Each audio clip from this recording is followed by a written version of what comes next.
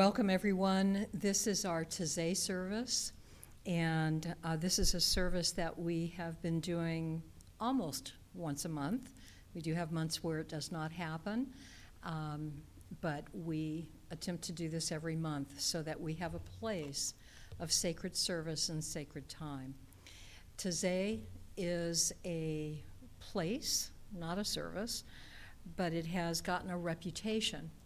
And so I'd like to tell you a little bit about both the place and the reason that there is a service named for it. The place is a town, a border town between Germany and France. At various times over the centuries, it's been part of Germany, part of France. During World War II, it was part of France. And as things were beginning to move around what the Germans called the final solution and the Nazis felt was the opportunity to annihilate a people, there were Jews that were coming across the border into the city of Taize. They were escaping often without any of their worldly goods, simply being grateful to have their lives, much like we see today in the Ukraine.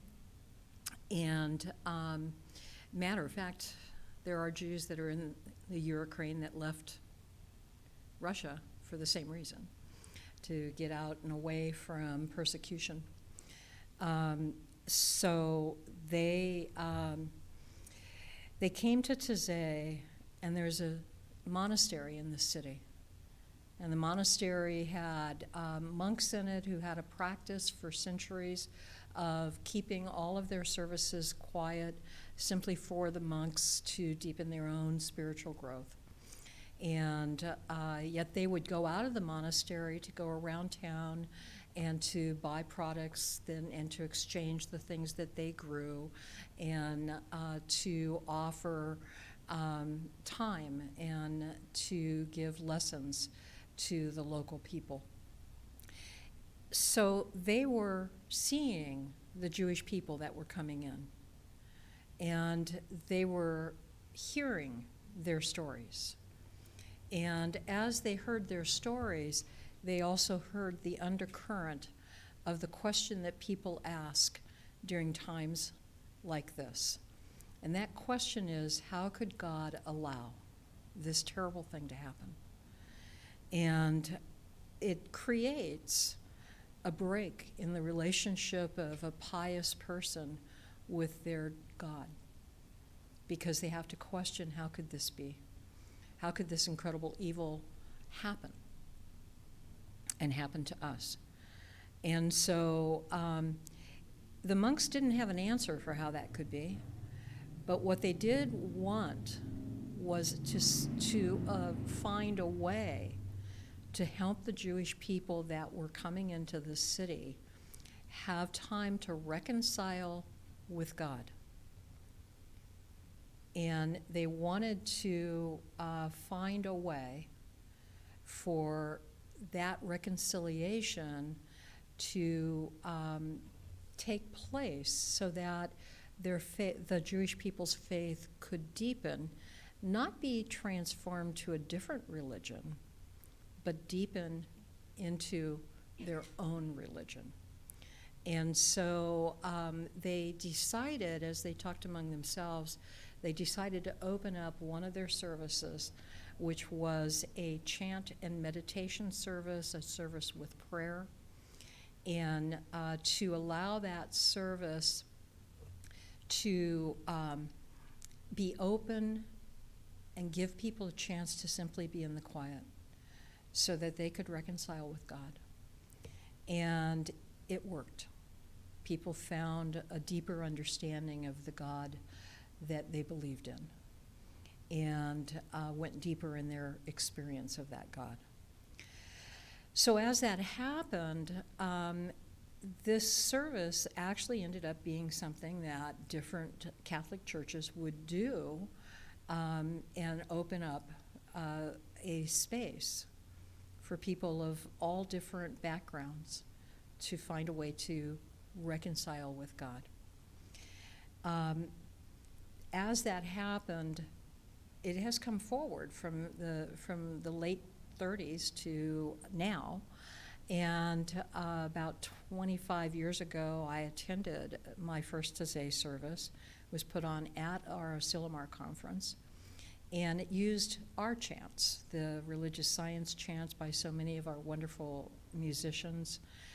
Karen Drucker particularly wrote a number of chants for it, and we will use some of hers today, along with other people's.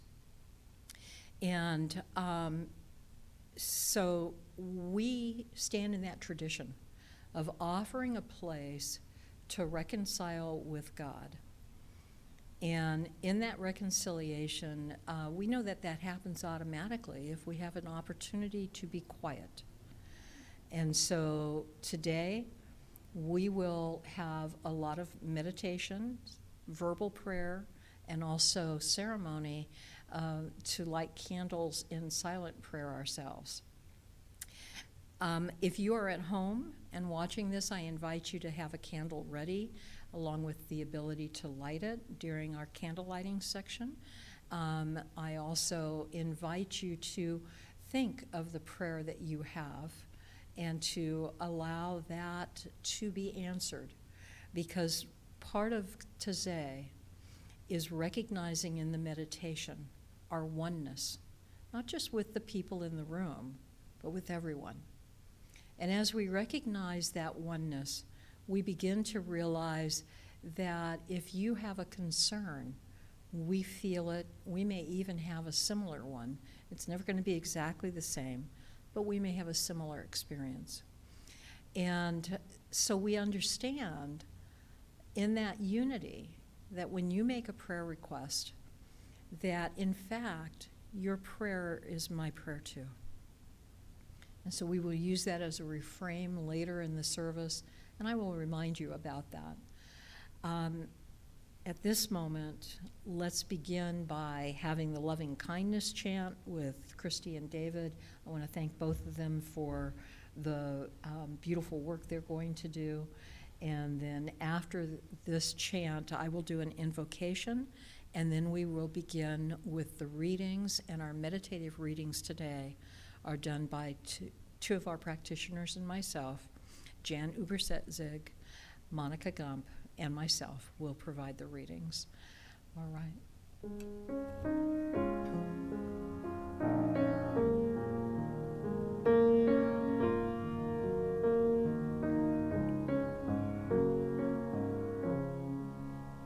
May I be peaceful and at ease.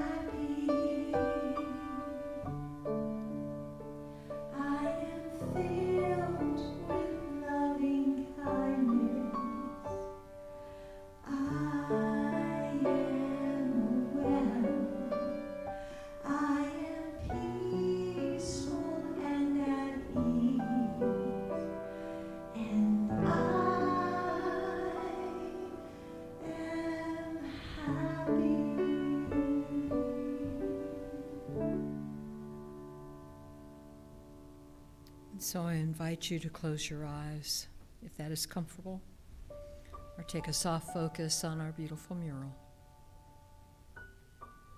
And simply know that God is present right here and now. That this divine presence is always vibrant life, always the presence of love, always the deep compassion that knows that there is no one left out, no one disconnected. This presence moves with grace into creation all the time. And so as it takes form, it is the creation. Each one of us, part of this amazing divinity, this amazing life that is the life of God. This life is interconnected in one vibrant wholeness. There's no separation between any one of us and God and between any one of us and another. In fact, we are bound together on the web of life in such a way that when one person prays, another person feels the vibration. I know gently and easily that God, present right now, is here as the peace that passes understanding, a peace not based on worldly events, but a peace that is based on the presence of God in all events. Therefore, I know that God is present in and as this service, that love permeates our experience, radiating out from each of us across this web of life to embrace each one of us. I know gently and easily that this good that we are about, this reconciliation that removes any of the blinders, any of the false beliefs, any of the misunderstandings, any of the prior experiences that we decided meant God was not there for us, that it is removed. And that in that opening, there is a reconciliation with the God of our understanding, a deepening of what that understanding is, and a very felt experience of the full embrace of the divine. I speak a word of gratitude for each person taking part in this service, for our readers, Jan, Monica, and myself, for our music, David Cohen and Christy Cohen, for our wonderful Tom Hancock, who is taking care of taping this so that it can be seen. Deep sense of thanksgiving for each person that has come in person and each person that listens online at any time. And so with gratitude for the embrace of spirit in all of us, I simply let this be, and so it is. Amen. And I want to introduce our first reading, and Jan Uber-Setzig, one of our practitioners, will be doing a reading that she has selected, and then we will meditate for 5 minutes, and Christy Cohen will bring one of our chants. Thank you, David, for the musical support throughout the meditations.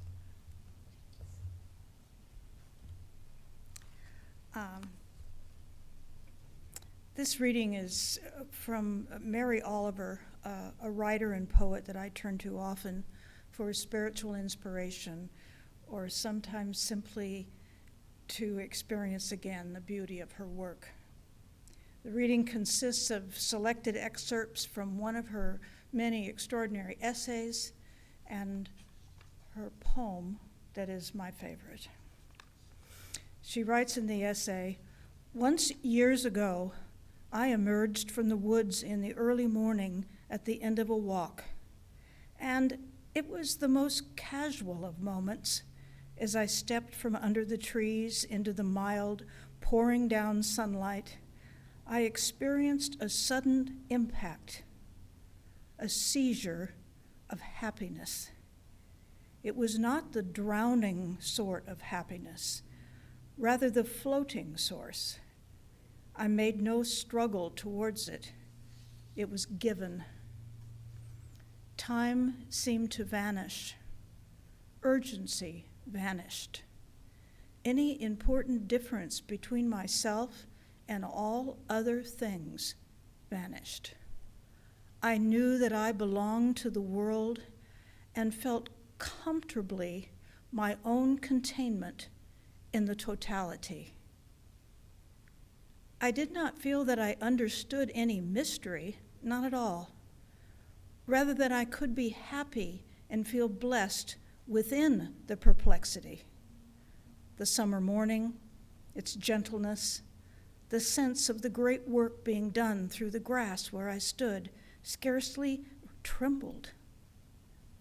As I say, it was the most casual of moments, not mystical, as the word is usually meant, for there was no vision or anything extraordinary at all, but only a sudden awareness of the citizenry of all things within one world.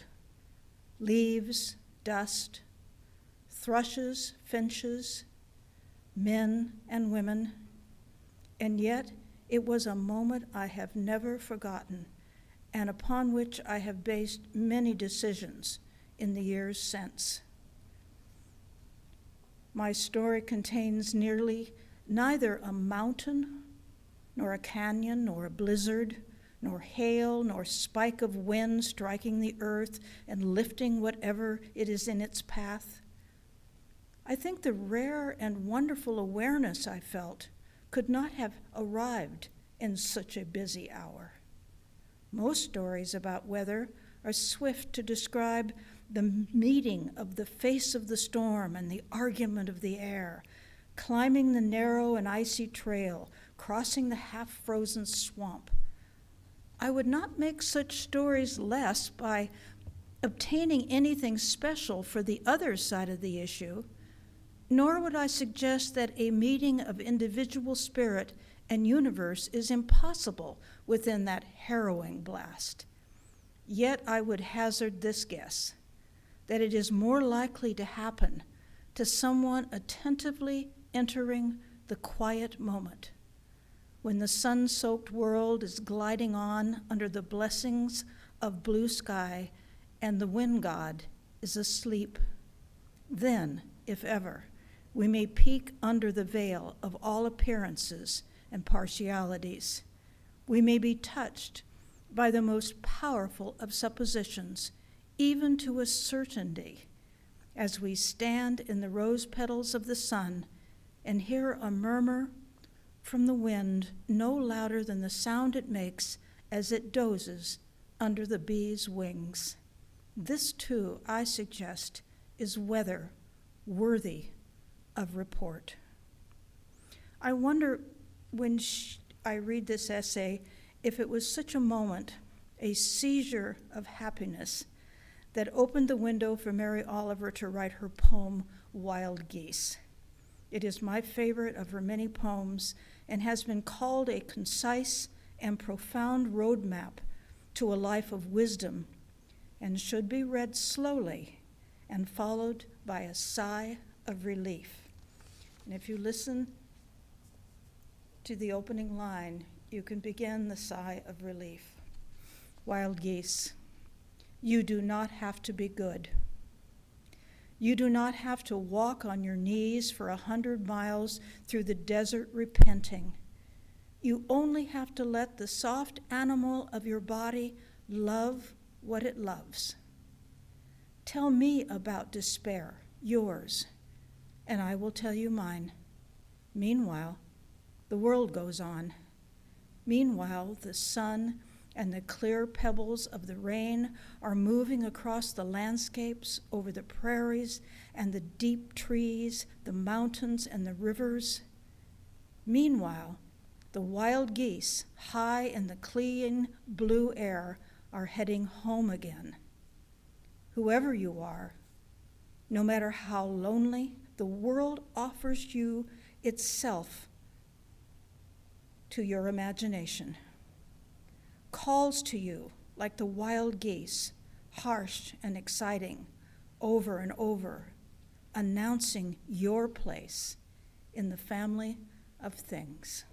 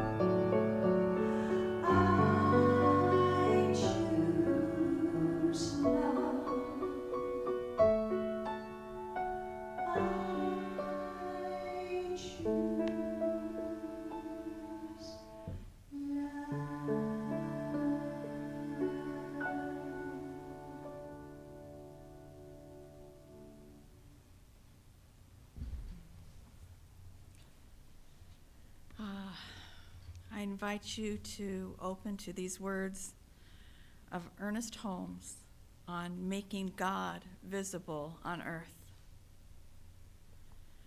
Man is the image and likeness of God. Man is the means which infinite mind has of self-expression. If we know this, then we shall act in accordance with it and cease from that which is foolish and negative. Through us, the action of God is taking place. Through us, God is making himself visible. Truly, we are blessed and a blessing as we so live that all who contact us find God. Our only means of blessing the Lord is by releasing his thoughts through our minds and his love through our hearts. Our friends and co-workers are seeking to find God, expressing in us and through us. We are advised to let our light shine, to heal the sick, prosper the poor, and bring peace to the unhappy. Yet only as we see ourselves as the activity of spirit is this possible. To all is given the opportunity to be the radiant expression of God, and the wise accept it. The others take the harder pathway. May we so live in the Christ Spirit that all who contact us this day shall be healed, that all who contact our thoughts shall be blessed. Wherever we go, we spread the good news that God is in man and is the true self of man. We release only that which is true of God and God's perfect mind. Our lips are dedicated to speaking truth, and our heart is dedicated to loving all whom we meet on our pathway. God is our mind, our life, our all. We are the visible representative of God on earth, and we walk our way in that dignity, poise, and peace. Beauty surrounds us. Peace is within us. For God is all there really is in our world. This is the truth of the day, and I bear witness to it. We bear witness to it.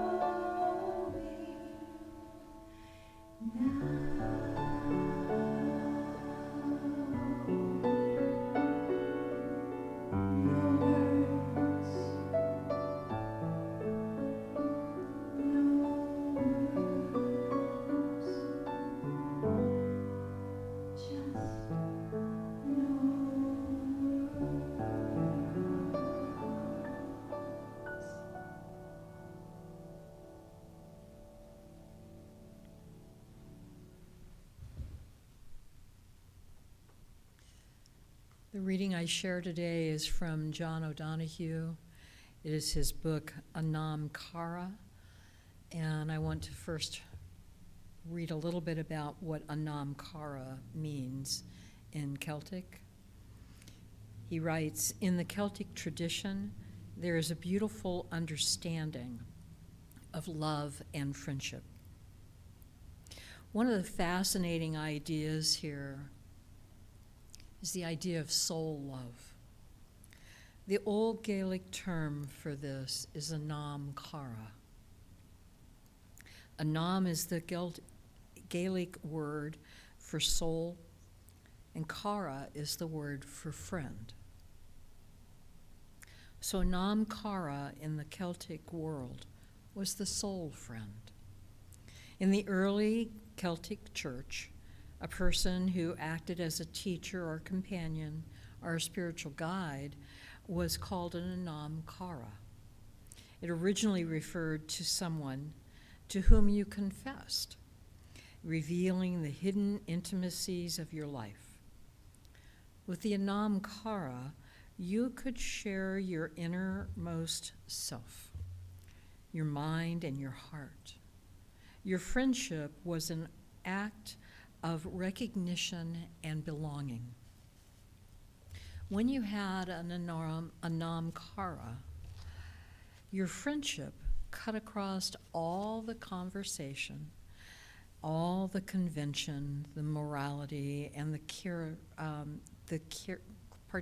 categories of life.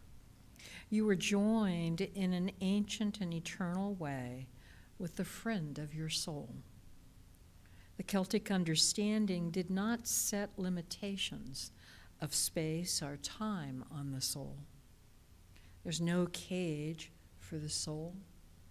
The soul is a divine light that flows into you and into your other.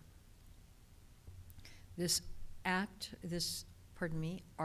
of belonging awakened and fostered a deep and special companionship.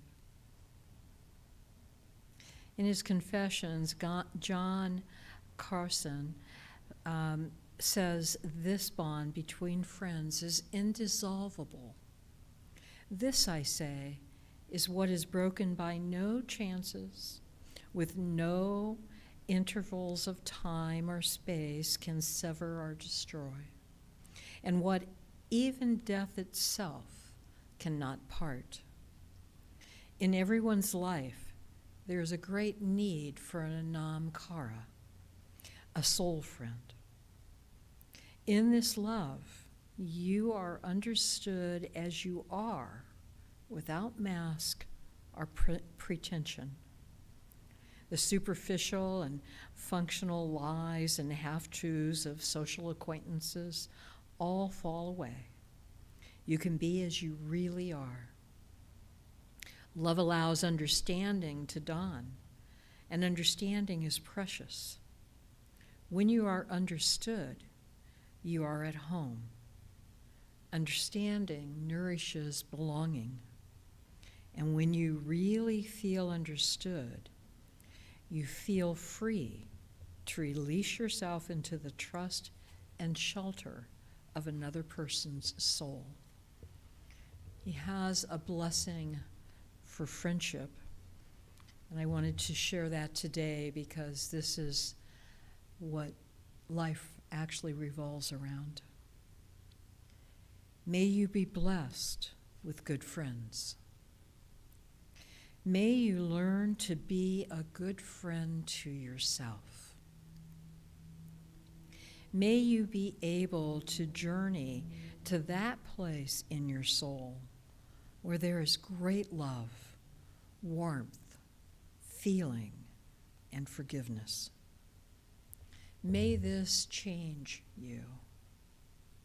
May it transfigure that which is negative, distant, or cold in you.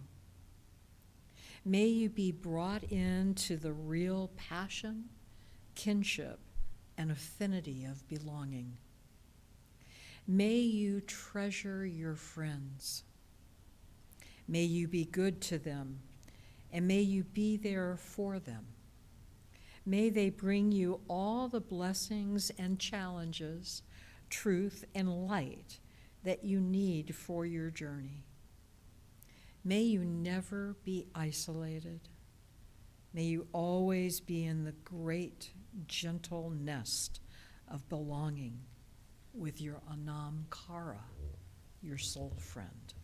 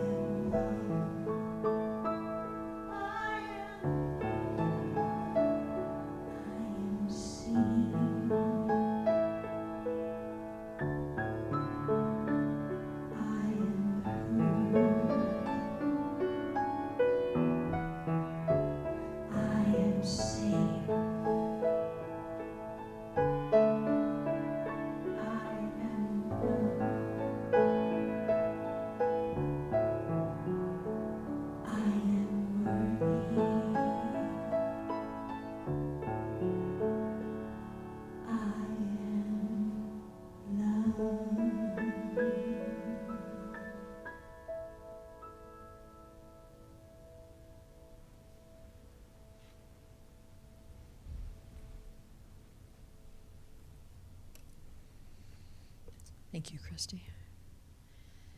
This is the part of our ceremony where we are doing the candle lighting. If you are at home at any time during this, you can light your candle and hold the reverence for this portion of the service. If you are here in the room, the opportunity is to come up and to light as many candles as you would like for prayers that you are speaking silently for those that you love and for and for yourself. We have a chant that was written by Karen Drucker for this. It was actually written for 9/11, but it fits here perfectly. The chant is called "I Light a Candle in Your Memory," and it guides us in our candle lighting. There is also at the altar a basket for any donation that you would like to make. And if you are online and feel that you have been served today by this church, you can go to our website at www.somchurch.org and go to the top of the homepage. There is a donation button, and make a gift to the Taize Service. We do ask that you signify what service you are supporting.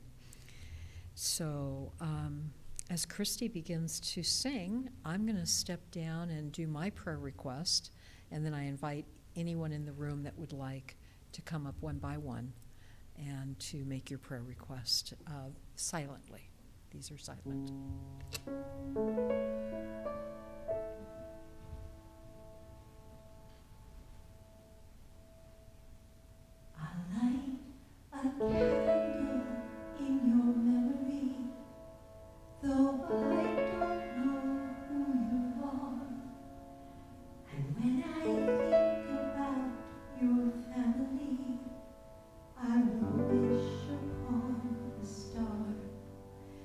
And I pray that they'll find peace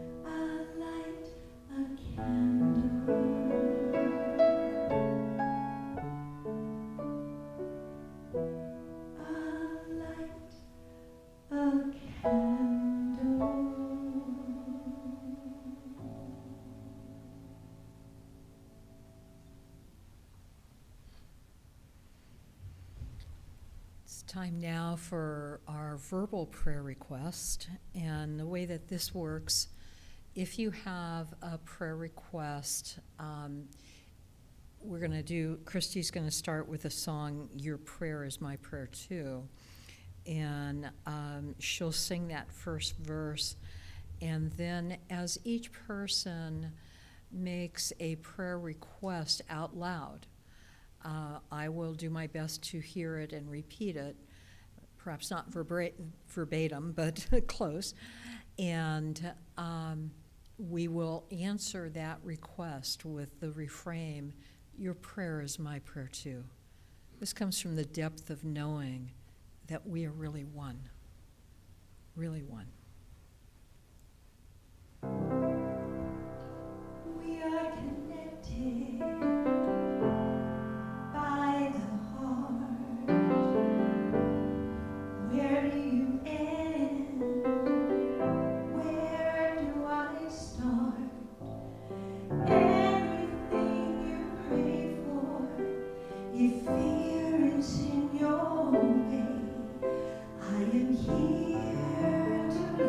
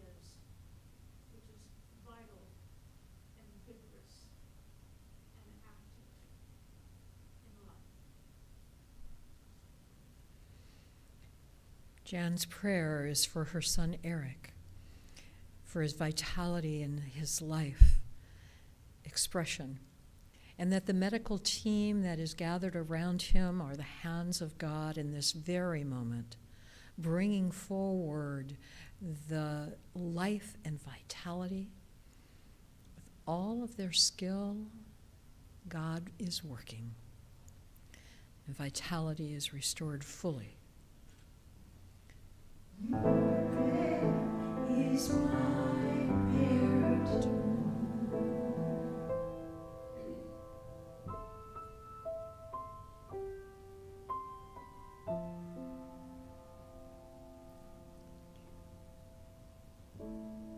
There is an organization of which I'm a part, of leadership, and there has come to be great dissension between individuals within the group, and it threatens to tear out the good work that could and should be done by this group. And I pray for the healing of this dissension and peace among the members, so that the group can come forward.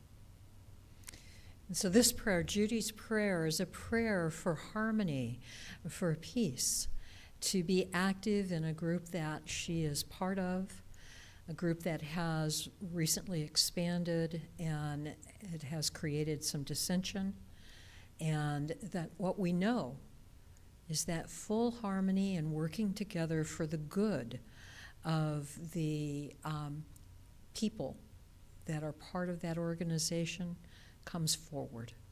This guiding group working for the good in peace and harmony are able to do the necessary things for that are the people involved and affected. Your prayer is my prayer too.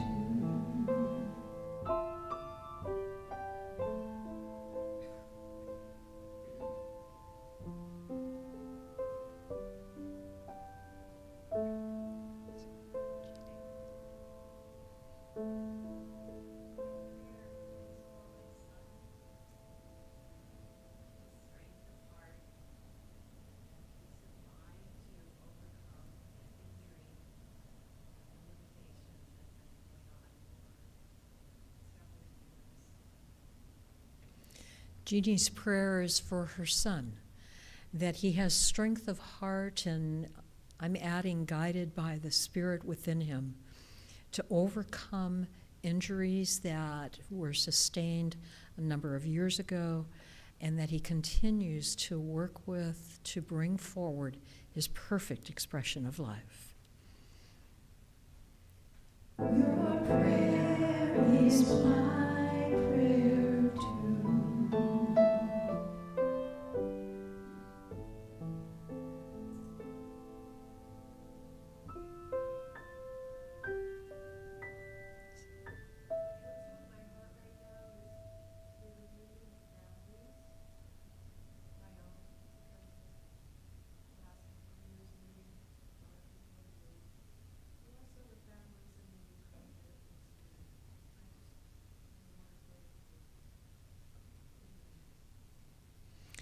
Pam's prayer is for the reunion of her own family, who over the last few years have moved to distant places.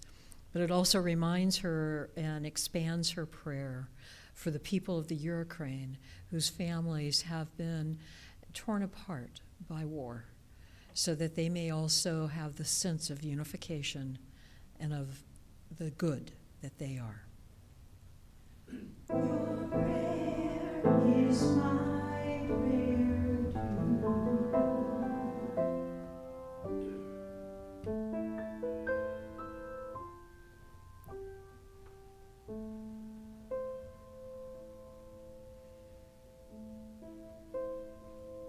And my prayer today, on this 2-year anniversary of my brother's passing, is for the comfort to my family, my brother's family, and to all of the people that have lost people.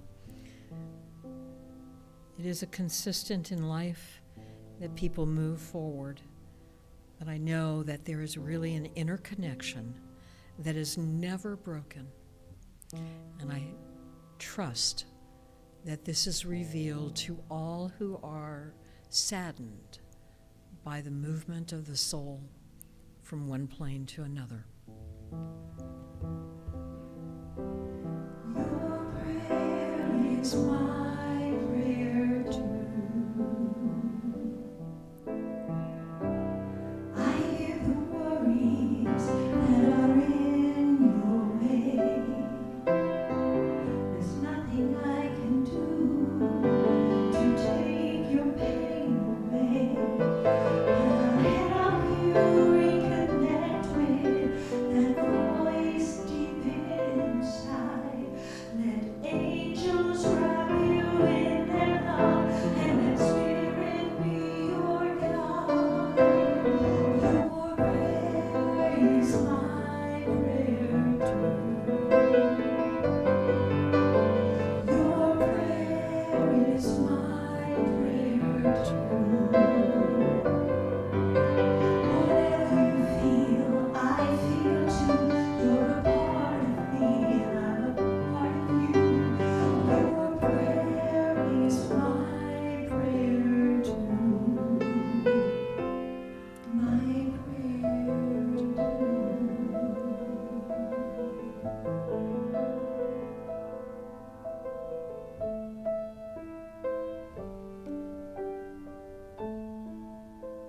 We honor a prayer request for the Ukraine,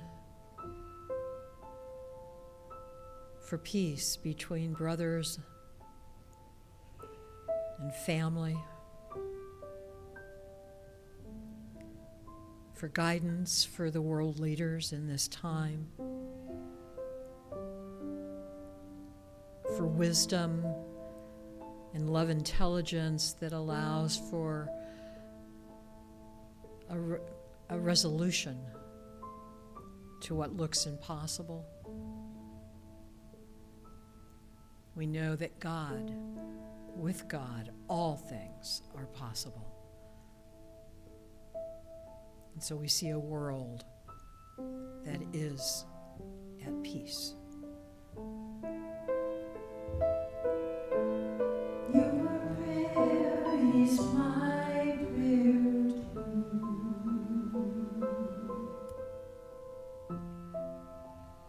And as we come forward into this holy season, so many celebrations happen. We see Easter and Seder. We see wonderful, wonderful ideas in spring of the eternal life that is our life now. And so we speak a word of prayer for every religion and for all people of goodwill. Your prayer is my prayer too.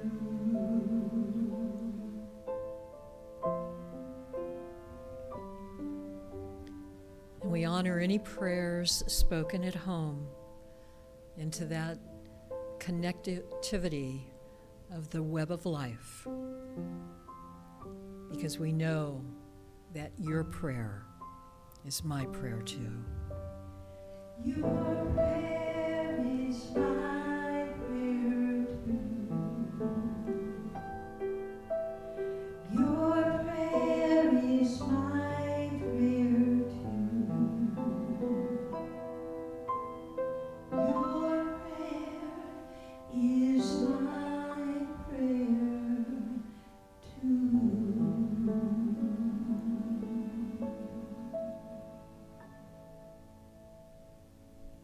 We simply know the divine presence hears all things, and we speak a word of gratitude for that hearing.